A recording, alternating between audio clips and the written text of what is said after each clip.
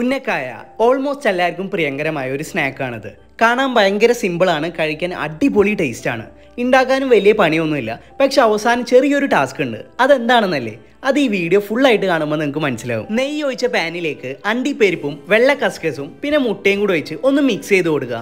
പിന്നെ അതിലേക്ക് ആവശ്യത്തിനനുസരിച്ച് പഞ്ചസാരയും ചിരവിയ തേങ്ങയും ഏലക്കായും കൂടി ഇട്ട് കൊടുത്ത് നല്ല രീതിയിൽ മിക്സ് ചെയ്താൽ ഉന്നക്കായ ഉണ്ടാക്കാനുള്ള ഫില്ലിങ്സ് റെഡിയാണ്.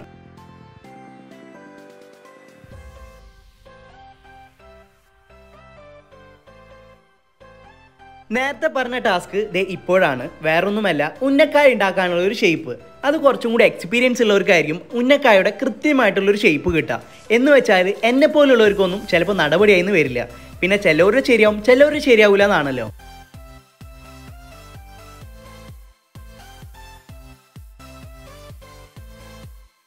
ഇടത്തരം പാകമായിട്ടുള്ള പഴം യൂസ് ചെയ്ത് ഉന്നക്കായ ഉണ്ടാക്കാനാണ് ഞാൻ കൂടുതലും സജസ്റ്റ് ചെയ്യുക.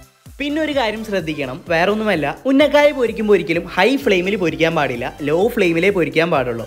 കാരണം എൻ്റെ 2-3 കരിഞ്ഞു പോയി. അപ്പോൾ ഉന്നക്കായ അറിയാത്തവർ അധികം പേരൊന്നുമില്ല എന്ന് എനിക്കറിയാം. അതോ അറിയാത്തവർ തീർച്ചയായും ഒന്ന് ട്രൈ ചെയ്ത് നോക്കുക. നിങ്ങളെ റിവ്യൂ കമൻറ്റ് ചെയ്യുക. കൂടുതൽ വീഡിയോസിനായിട്ട് നമ്മുടെ പേജ് മാഡ്ലി അമ്മി ഒന്ന് ഫോളോ ചെയ്യുക.